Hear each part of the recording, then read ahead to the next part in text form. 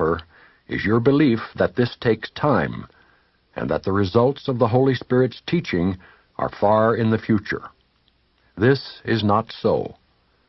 For the Holy Spirit uses time in His own way and is not bound by it. Time is His friend in teaching. It does not waste Him as it does you. And all the waste that time seems to bring with it is due but to your identification with the ego, which uses time to support its belief in destruction. The ego, like the Holy Spirit, uses time to convince you of the inevitability of the goal and end of teaching. To the ego, the goal is death, which is its end. But to the Holy Spirit, the goal is life, which has no end. The ego is an ally of time, but not a friend. For it is as mistrustful of death as it is of life, and what it wants for you it cannot tolerate. The ego wants you dead, but not itself. The outcome of its strange religion must therefore be the conviction that it can pursue you beyond the grave, and out of its unwillingness for you to find peace even in death, it offers you immortality in hell. It speaks to you of heaven, but assures you that heaven is not for you. How can the guilty hope for heaven? The belief in hell is inescapable to those who identify with the ego. Their nightmares and their fears are all associated with it. The ego teaches that hell is in the future, for this is what all its teaching is directed to. Hell is its goal. For although the ego aims at death and dissolution as an end, it does not believe it. The goal of death, which it craves for you, leaves it unsatisfied. No one who follows the ego's teaching is without the fear of death. Yet if death were thought of merely as an end to pain, would it be feared? We have seen this strange paradox in the ego's thought system before, but never so clearly as here. For the ego must seem to keep fear from you to hold your allegiance, yet it must engender fear in order to maintain itself. Again the ego tries, and all too frequently succeeds, in doing both, by using dissociation for holding its contradictory aims together so that they seem to be reconciled.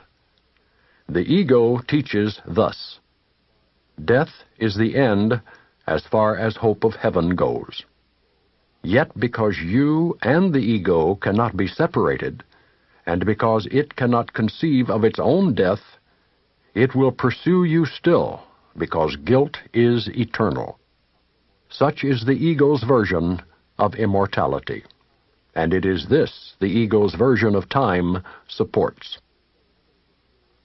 The ego teaches that heaven is here and now, because the future is hell. Even when it attacks so savagely that it tries to take the life of someone who thinks its is the only voice, it speaks of hell even to him. For it tells him hell is here as well, and bids him leap from hell into oblivion. The only time the ego allows anyone to look upon with equanimity is the past, and even there, its only value is that it is no more. How bleak and despairing is the ego's use of time, and how terrifying! For underneath its fanatical insistence that the past and future be the same is hidden a far more insidious threat to peace. The ego does not advertise its final threat, for it would have its worshippers still believe that it can offer them escape. But the belief in guilt must lead to the belief in hell, and always does. The only way in which the ego allows the fear of hell to be experienced is to bring hell here, but always as a foretaste of the future.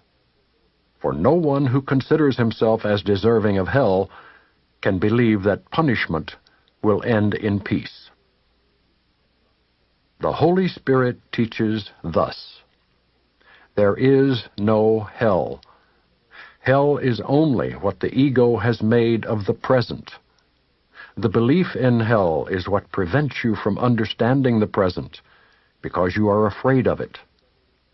The Holy Spirit leads as steadily to heaven as the ego drives to hell. For the Holy Spirit, who knows only the present, uses it to undo the fear by which the ego would make the present useless. There is no escape from fear in the ego's use of time, for time, according to its teaching, is nothing but a teaching device for compounding guilt until it becomes all-encompassing, demanding vengeance forever. The Holy Spirit would undo all of this now. Fear is not of the present, but only of the past and future, which do not exist.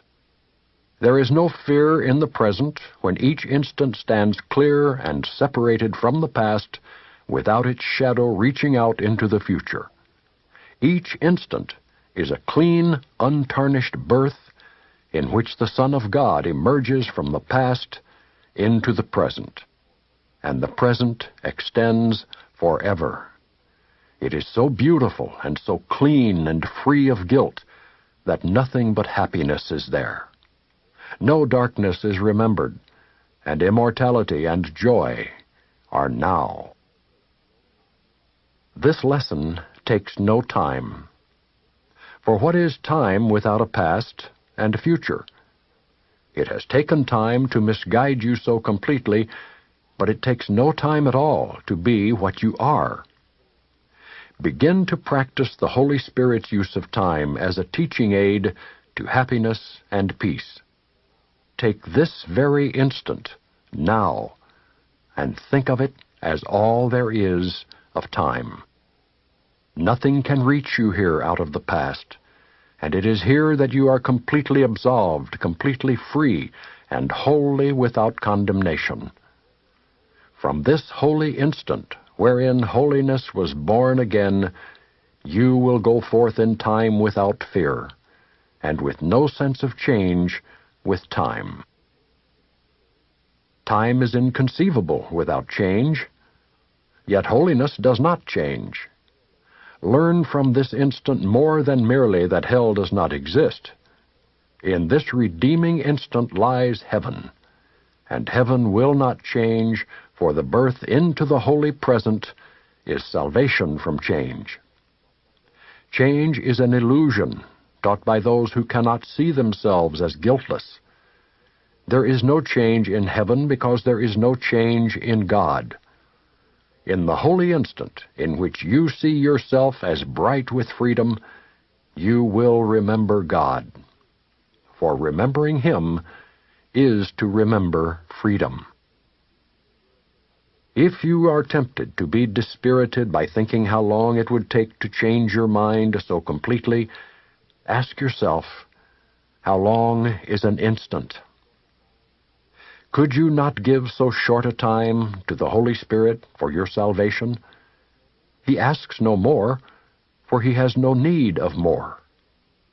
It takes far longer to teach you to be willing to give Him this than for Him to use this tiny instant to offer you the whole of heaven. In exchange for this instant, He stands ready to give you the remembrance of eternity.